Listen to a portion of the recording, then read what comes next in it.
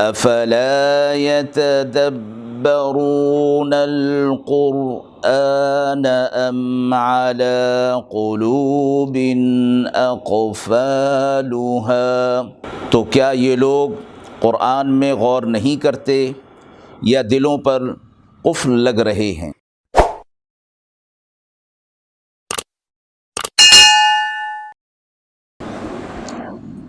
بسم اللہ الرحمن الرحیم۔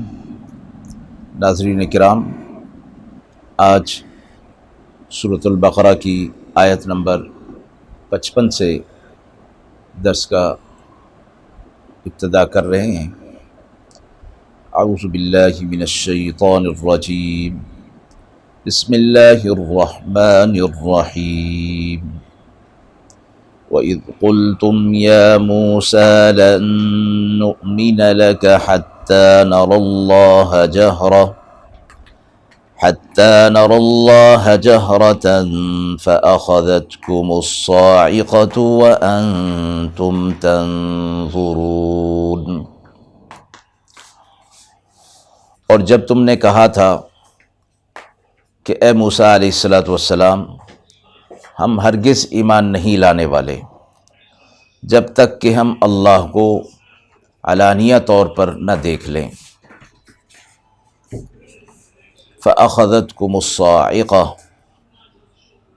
پس تم کو آ لیا کڑک نے، بجلی نے، وَأَنْتُمْ تَنظُرُونَ، اور تم اس کا آنا دیکھ رہے تھے۔ یہ اس وقت کی بات ہے جب موسیٰ علیہ السلام پچھلی آیت میں گزر چکا، آیت نمبر 53 میں، کہ کوہ طور سے بنی اسرائیل کے لیے موسیٰ علیہ السلام کتاب اور فرقان یعنی تورات لے کر آ گئے اور قوم کو بشارت دی کہ اللہ نے انہیں کتاب اور شریعت دے دی ہے۔ اس پر قوم نے کہا کہ ہم ایمان نہیں لائیں گے جب تک ہم یہ نہ دیکھ لیں علانیہ طور پر اللہ ہم سے خود مخاطب ہو جائے۔ تو موسیٰ علیہ السلام نے قوم کے بڑے 70 نمائندوں کو لے کر کوہ طور پر تشریف لے گئے۔ وہاں اللہ رب العزت سے موسیٰ علیہ السلام مخاطب ہوئے تو انہوں نے آواز سن لی، اس کے باوجود کہنے لگے کہ پتہ نہیں کس کی آواز ہے، ہم جب تک اللہ کو علانیہ طور پر سامنے نہ دیکھ لیں ہم ایمان نہیں لائیں گے۔ ان کی اس گستاخی کی پاداش میں اللہ کی طرف سے ایک بجلی آئی اور ان پر گری، وہ 70 کے 70 مر گئے۔ موسیٰ علیہ السلام نے اللہ سے فرمایا کہ قوم ویسے ہی بدگمانی میں ہوگی، اور جب میں جاؤں گا اور یہ 70 بندے میرے ساتھ نہیں جائیں گے، یہ ان کے نمائندے تھے، تو وہ مجھ پر تہمت لگائیں گے۔ اللہ رب العزت نے ان کی دعا کو قبول فرمایا اور وہ 70 کے 70 بندے دوبارہ زندہ ہو گئے۔ اگلی آیت میں یہ بات فرمائی گئی، ثم بعثناکم من بعد موتکم لعلکم تشکرون، پھر ہم نے تم کو زندہ کر دیا بعد اس کے کہ تم مر چکے تھے، تاکہ تم شکر گزار بندے بن جاؤ اور اس طرح کی گستاخی والی بات نہ کرو، ایمان لے آؤ۔ ایک تو اس میں یہ بات تھی کہ یہ شکر گزار بندے بن جائیں گے، دوسرا موسیٰ علیہ السلام کے لیے بھی آسانی رہے گی کہ یہ نمائندوں کو لے کر آئے تھے اور یہ دوبارہ واپس لے کر جا رہے ہیں، اس لیے اللہ رب العزت نے انہیں دوبارہ زندہ فرما دیا۔ بعض مفسرین یہاں اس بات کی طرف گئے ہیں کہ پھر یہ 70 کے 70 نمائندے بعد میں بنی اسرائیل کے نبی ہوئے، حالانکہ اس قصے کی کوئی اصل نہیں۔ وَظَلَّلْنَا عَلَيْكُمُ الْغَمَامَ وَأَنزَلْنَا عَلَيْكُمُ الْمَنَّ وَالسَّلْوَىٰ، اب بنی اسرائیل کو ایک میدان میں اتار دیا گیا۔ اس میدان کا نام وادی تیہ یا صحرائے سینا بھی آتا ہے۔ یہاں پر یہ رہتے رہے، گرمی ہوتی، دھوپ ہوتی، چٹیل میدان تھا، ریگستان تھا، اللہ کا فضل ان پر یہ ہوا کہ ایک بادل ان کے اوپر سایہ کرتا تھا. وَأَنزَلْنَا عَلَيْكُمُ الْمَنَّ وَالسَّلْوَىٰ، اور ہم نے تمہارے اوپر من اور سلوہ نازل کیا. یہ بھی بات آتی ہے کہ بنی اسرائیل کثرت کے ساتھ معصیت میں مبتلا رہے. موسیٰ علیہ الصلوۃ والسلام کی دعا پر اللہ کی طرف سے جو تنبیہ اور عذاب ہوتا وہ ٹل جاتا، تھوڑے عرصے تک قوم گناہوں سے بچی رہتی، پھر دوبارہ اس کے اندر مبتلا ہو جاتی تھی. جب یہ معصیت میں پڑتے تھے تو یہ ابر ان پر سایہ کرنا چھوڑ دیتا تھا. یہ بھی اللہ کی طرف سے ایک نعمت تھی. من اور سلوہ کے نازل کرنے کی بات اللہ نے فرمائی. قرآن مجید میں پانی، رزق، لوہا، کھانے کے سامان، اس طرح کی چیزیں آسمان سے نازل ہونے کا ذکر فرمایا ہے جو انسان کی طبعی چیزیں ہیں. تو چونکہ من اور سلوہ دونوں کھانے کی چیزیں تھیں تو اللہ نے فرمایا کہ ہم نے یہ نازل کی، یعنی ہماری طرف سے تھیں. من کہتے ہیں ایک میٹھی رطوبت والی چیز تھی. بعض نے اس کو شہد بھی کہا اور ترنجبین بھی کہا گیا.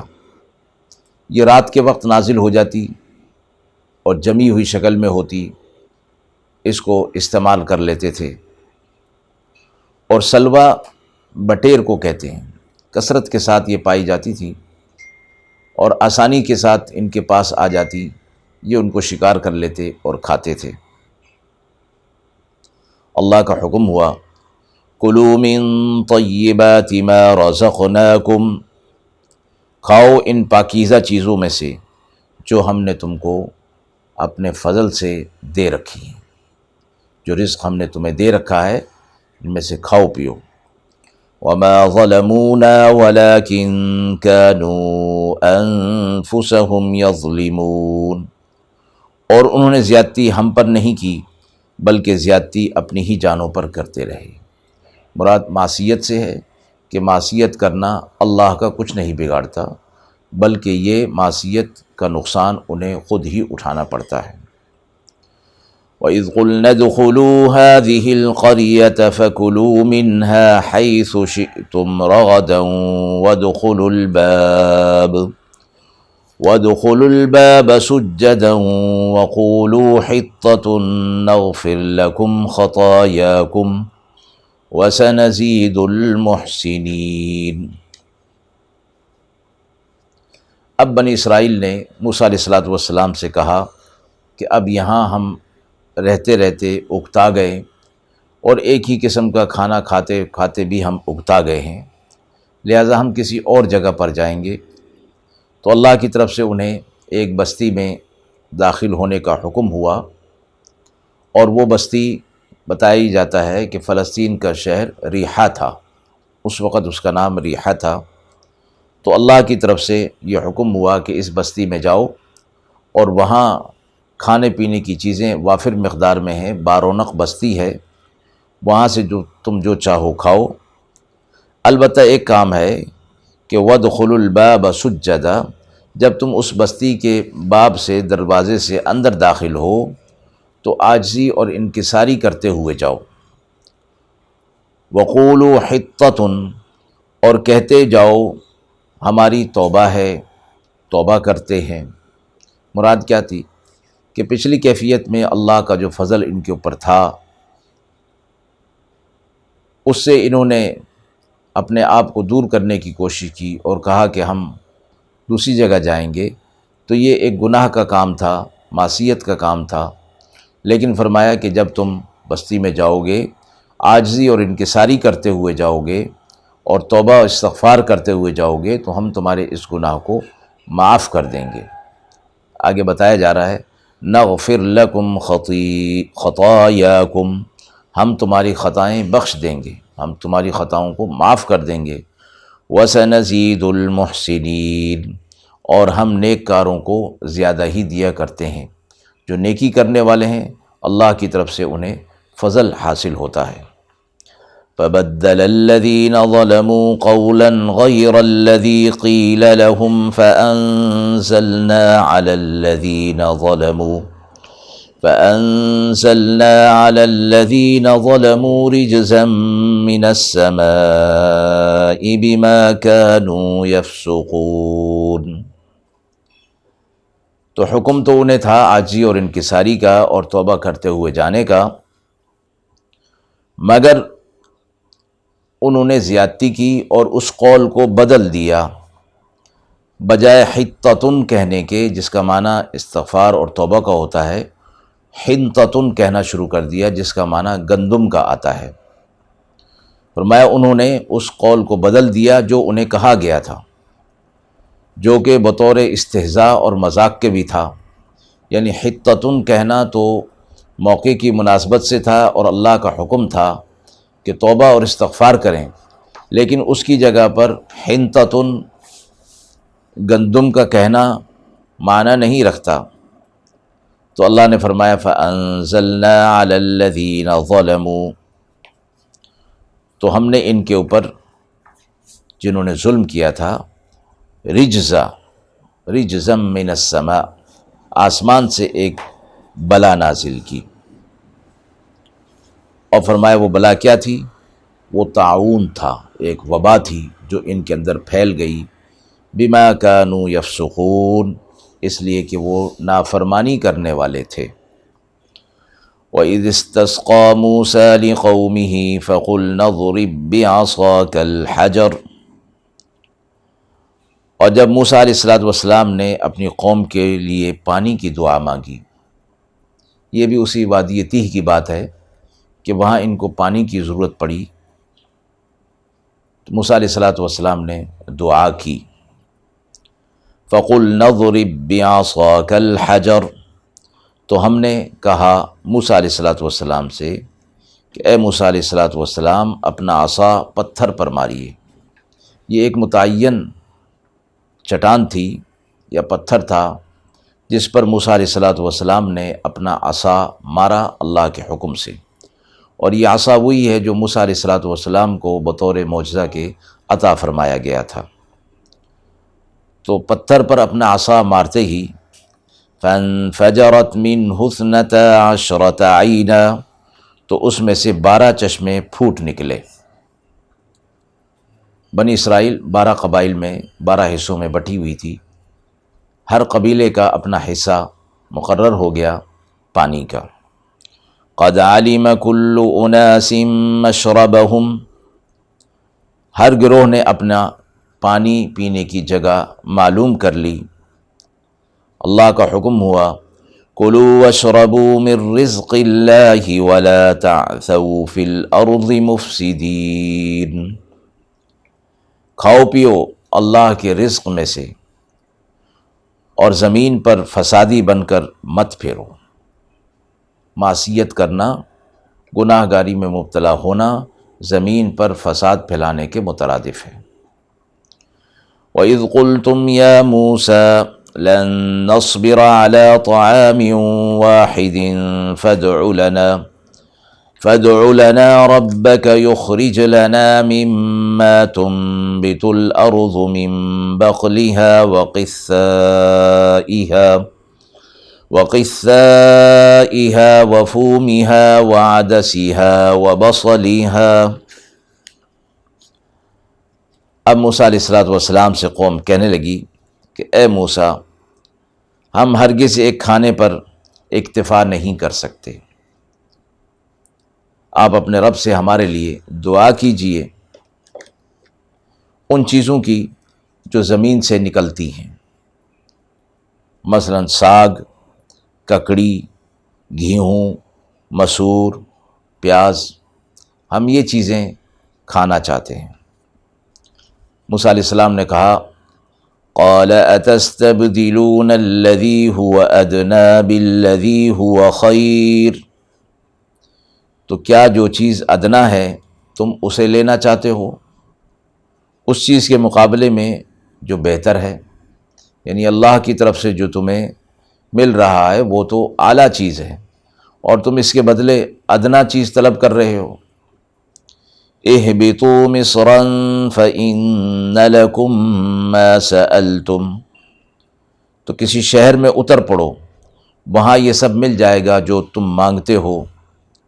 وضربت علیہم الذلۃ والمسکنہ، اور ان پر جما دی گئی ذلت اور محتاجی۔ وباءوا بغضب من اللہ، اور وہ اللہ کے غضب کے مستحق ہو گئے۔ ذلك بأنهم كانوا يكفرون بآيات الله ويقتلون النبيين بغير الحق، یہ اس سبب سے ہوا کہ وہ اللہ کی نشانیوں سے انکار کر رہے تھے اور انبیاء علیہ الصلوۃ والسلام کو ناحق قتل کر ڈالتے تھے۔ یہ بھی ایک تاریخی حقیقت ہے کہ بنی اسرائیل نے انبیاء علیہ الصلوۃ والسلام کو کثرت کے ساتھ قتل کیا۔ ذلك بما عصوا وكانوا يعتدون، یہ سب اس لیے ہوا کہ وہ نافرمانی کرتے رہے اور حد سے بڑھ جایا کرتے تھے۔ معصیت کرنا، گناہ کے اندر مبتلا ہو جانا، حد سے باہر نکلنا فرمایا گیا، اپنی حدود سے باہر نکل جانا، زمین میں فساد پھیلانا۔ بنی اسرائیل کے حالات اور واقعات کو مختلف انداز میں اور ساتھ ساتھ ان کے اوپر جو وہ معصیت اور گناہوں میں مبتلا تھے اس کا بھی ذکر ساتھ ساتھ ہو رہا ہے۔ واقعے کے اندر تقدیم اور تاخیر ہے، یعنی کچھ چیزیں جو بعد کی تھیں وہ پہلے بیان ہوئیں اور جو پہلے کی تھیں وہ بعد میں بیان ہوئی۔ قرآن مجید کے واقعات کوئی تاریخی تسلسل اور ترتیب کے محتاج نہیں ہیں۔ واقعہ کے اندر وہ چیز بیان ہوتی ہے کہ جو سبق اور عبرت اور نصیحت کے لیے ہو، اس میں تقدیم اور تاخیر بالکل ہو سکتی ہے، اور اسی طرح کی ترتیب و تاخیر اس واقعے کے اندر بھی موجود ہے۔ آج کا یہ درس قرآن اور فہم قرآن کا سلسلہ آیت نمبر 61 تک پورا ہوا۔ وما علینا الا البلاغ المبین۔